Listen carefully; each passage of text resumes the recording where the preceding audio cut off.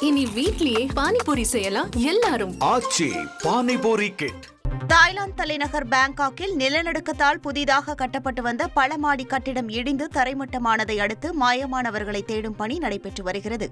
இந்த நிலையில் கட்டிட வேலையில் ஈடுபட்டு வந்த பெண் தொழிலாளர் மாயமான நிலையில் மீட்புப் பணிகள் நடைபெறும் இடத்திற்கு வந்த அவரது தாயார் கதறி அழுதது அங்கிருந்தவர்களை சோகத்தில் ஆழ்த்தியது.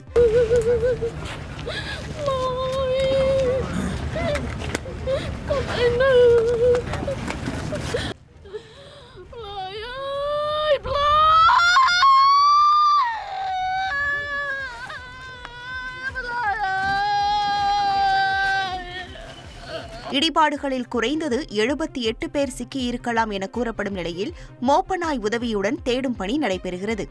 மியான்மரில் பயங்கர நிலநடுக்கத்தை தொடர்ந்து பல இடங்களில் மின்சாரம் துண்டிக்கப்பட்டு இருளில் மூழ்கியுள்ளன. தலைநகர் நைபிட்டா உள்ளிட்ட பகுதிகளில் பல கட்டிடங்கள் தரைமட்டமாகியுள்ளன. மின்சாரம், தொலைபேசி மற்றும் இணைய சேவைகள் துண்டிக்கப்பட்டுள்ளதால் பொதுமக்கள் கடும் இன்னலுக்கு ஆளாகியுள்ளனர். இனி வீட்லயே பானிபூரி செய்யலாம் எல்லாரும். ஆச்சி பானிபூரி கிட்.